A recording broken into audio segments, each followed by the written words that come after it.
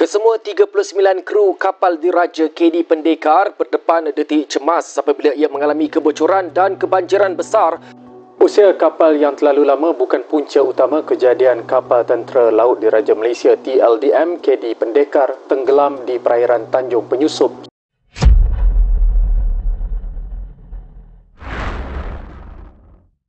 Tragedi yang menimpa kapal diraja KD Pendekar bermula sebagai sebuah penugasan rutin yang kemudiannya bertukar menjadi krisis maritim yang meruntun jiwa. KD Pendekar yang merupakan kapal perang jenis pembinasa laju telah dibina oleh Karlskrona Varvet Shipyard di Sweden dan dilancarkan pada 11 November 1978 sebelum ditauliahkan pada 27 Julai 1979.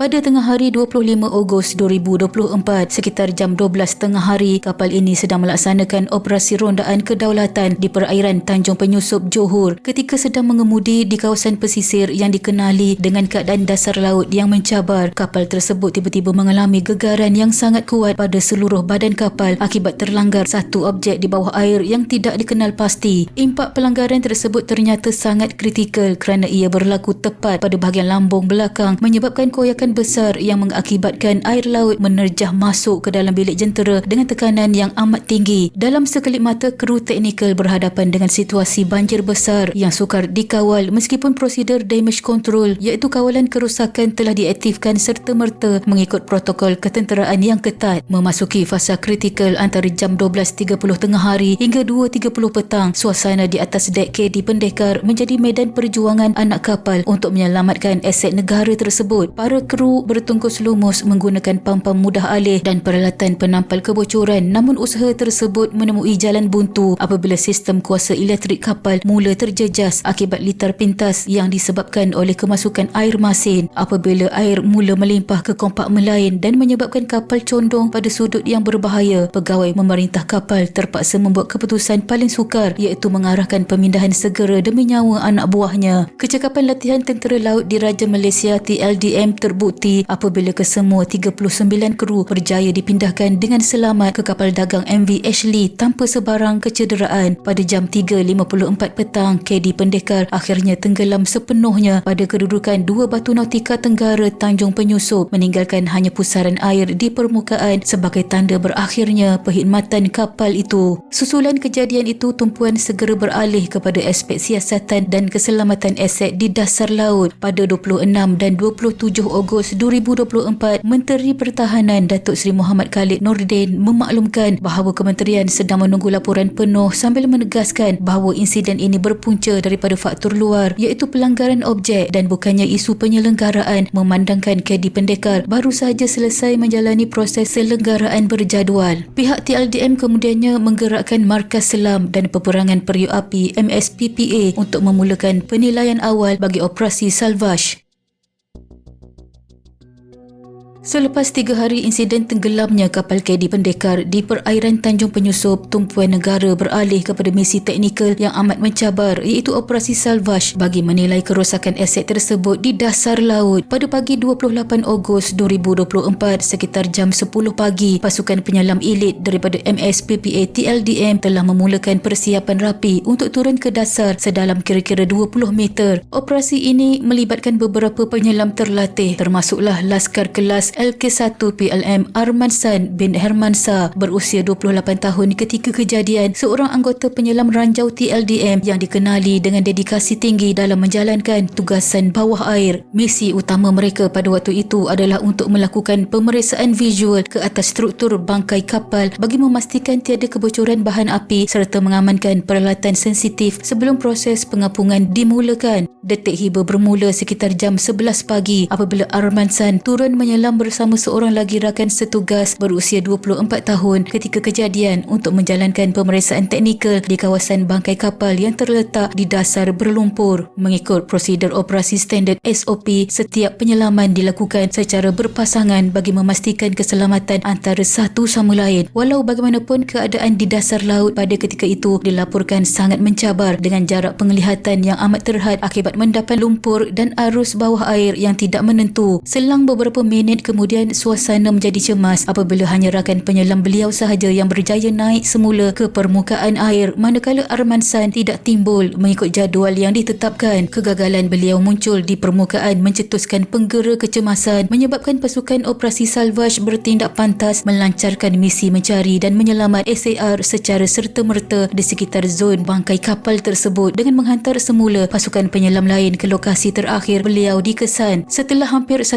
jam pencarian dalam keadaan visual yang sangat sukar, sekitar jam 12.55 tengah hari, tubuh Arman San akhirnya ditemui dalam keadaan tidak sedarkan diri berhampiran dengan struktur bangkai KD Pendekar.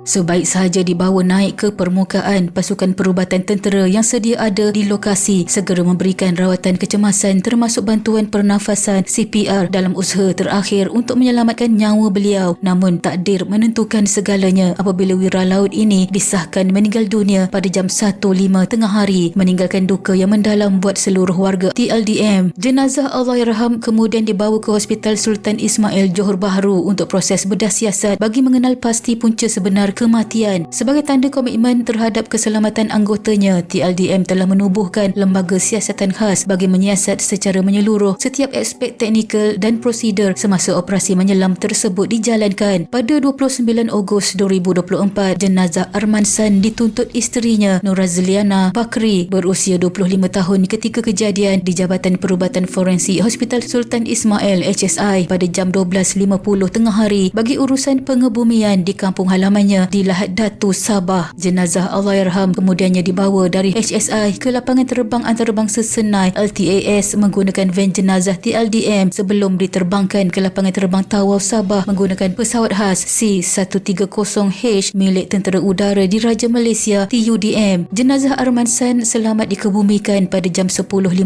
malam di Tanah Perkuburan Islam Kampung Terusan mengikut istiadat Tentera Laut Diraja Malaysia TLDM dengan dibantu penduduk setempat. Sebelum itu, jenazah dibawa ke kediaman keluarganya di Kampung Sabagaya, Silam dan solat jenazah dilakukan di surau berhampiran. Turut hadir Panglima Selam dan Peperangan Periuk Api Laksamana Pertama Dr. Tay Yap Leong, Panglima Markas Wilayah Laut 2 TLDM, Laksamana Muda Datuk Khir Junaidi Idris dan bapa Allahyarham iaitu Hermansa Senda, ahli keluarga lain serta sahabat handai. Allahyarham meninggalkan seorang isteri dan seorang anak. Kes diklasifikasikan sebagai mati mengejut. Pemangku Ketua Polis Daerah Kota Tinggi Deputi Superintendent Muhammad Syamsuri Muhammad berkata, polis menerima maklumat mengenai kejadian lemas membabitkan seorang anggota TLDM itu pada jam 2.50 petang. Bermula pada 30 Ogos 2024, kerja-kerja salvage diserahkan kepada syarikat pakar tempatan dengan pengawasan rapi TLDM. Operasi ini melibatkan penggunaan belon udara gergasi dan teknik kejuruteraan laut dalam bagi memastikan struktur kapal tidak pecah ketika ditarik naik ke dasar berlumpur. Setelah berhempas pulas selama lebih sebulan menempuhi keadaan cuaca dan arus laut yang tidak menentu, operasi salvage akhirnya diisytiharkan selesai sepenuhnya pada 15 Oktober 2024. Kejayaan mengangkat semula KD Pendekar membolehkan pihak berkuasa menjalankan pemeriksaan teknikal yang lebih terperinci bagi memahami dinamika kerosakan struktur kapal tersebut. Pada 28 Oktober 2024, Markas Tentera Laut Diraja Malaysia TLDM telah mengeluarkan kenyataan media rasmi bagi menjelaskan 2 insiden hitam yang berlaku di perairan Tanjung Penyusup, Johor. Laporan ini merangkumi dapatan daripada Lembaga Siasatan berhubung karamnya kapal KD Pendekar pada 25 Ogos 2024 serta insiden yang meragut nyawa seorang anggota penyelam semasa operasi salvage dijalankan. Melalui kajian teliti, TLDM memberikan gambaran telus mengenai rentetan peristiwa, faktor penyumbang serta kesimpulan teknikal bagi memastikan pengajaran dapat diambil daripada musibah ini demi keselamatan armada pada masa hadapan. Menyingkap kembali kejadian pada 25 Ogos 2024, KD Pendekar dilaporkan sedang melaksanakan rondaan operasi apabila ia mengalami gegaran kuat yang membawa kepada kebanjiran besar. Berdasarkan dapatan Lembaga Siasatan TLDM, terdapat 2 faktor utama yang dikenal pasti sebagai punca kapal tersebut karam. Faktor pertama adalah kesilapan pandu arah iaitu navigation error. Rekod laluan menunjukkan bahawa kapal tersebut telah tersasar daripada laluan asal yang dirancang sehingga menyebabkan ia melanggar terumbu punggai iaitu stock reef. Pelanggaran keras ini mengakibatkan kebocoran pada badan kapal yang tidak dapat dielakkan. Faktor kedua yang memburukkan keadaan adalah faktor keusangan kapal. KD Pendekar yang telah berusia 45 tahun pada waktu kejadian didapati telah melebihi dasar casting iaitu had usia perkhidmatan yang disyorkan. Kelemahan pada struktur badan kapal akibat usia yang sudah tua menyukarkan prosedur kawalan kebanjiran dilakukan secara efektif. Air laut merebak dengan terlalu pantas ke kompartmen-kompartmen lain dengan integriti struktur kapal yang tidak lagi kukuh seperti dahulu. Laporan tersebut turut memperincikan hiba yang menimpa Laskar Kelas 1 PLM Armansan bin Hermansa, penyelam TLDM yang terkorban semasa misi salvaj. Siasatan rasmi mengesahkan bahawa punca kematian adalah akibat lemas. Situasi di lokasi operasi pada hari kejadian digambarkan sebagai sangat ekstrim. Arus laut yang tidak menentu telah memukul lumpur di dasar laut sehingga menyebabkan jarak penglihatan menjadi terlalu terhad iaitu sekitar 1 kaki bersamaan 0.3 meter sahaja. Keadaan gelap gelita di bawah air ini mewujudkan tekanan kerja yang luar biasa tinggi dan risiko yang sangat mencabar bagi mana-mana penyelam profesional. Tragedi berlaku apabila tali keselamatan yang digunakan oleh Allahyarham didapati tersangkut pada bahagian kapal yang karam. Walaupun Allahyarham merupakan seorang penyelam yang kompeten dan telah berusaha melakukan langkah kecemasan mengikut latihan yang diterima, faktor persekitaran yang ekstrim menyebabkan usaha tersebut tidak berhasil. Siasatan TLDM menegaskan bahawa semua prosedur operasi standard SOP dan langkah keselamatan telah dipatuhi sepenuhnya sebelum tugasan bermula. Malah peralatan menyelam yang digunakan juga disahkan berada dalam keadaan berfungsi dengan baik sebelum dan selepas insiden tersebut. Ini menunjukkan bahawa kematian Allahyarham adalah satu kemalangan dalam melaksanakan tugas berisiko tinggi demi negara. Sebagai penutup kepada laporan tersebut, TLDM menyatakan komitmen yang tidak berbelah bahagi dalam mengambil serius setiap dapatan daripada kedua-dua insiden ini. Keselamatan setiap anggota dan kesiagaan armada kapal kini diletakkan sebagai keutamaan tertinggi. Tragedi ini menjadi pemangkin kepada TLDM untuk terus memastikan setiap warga kerjanya dapat menjalankan tugas dengan sokongan aset yang lebih baik dan mengikut garis panduan keselamatan yang paling ketat. Walaupun KD Pendekar telah tamat riwayatnya dan seorang wira telah pergi, pengajaran daripada pengairan Tanjung Penyusup ini akan menjadi asas kepada pengukuhan kedaulatan maritim Malaysia pada masa-masa akan datang. Takziah diucapkan kepada keluarga Allahyarham Armansan Hermansa. Sama-sama kita hadiahkan Al-Fatihah kepada Allahyarham. Semoga rohnya dicucuri rahmat dan dimasukkan ke dalam golongan hamba-Nya yang beriman. Sekian.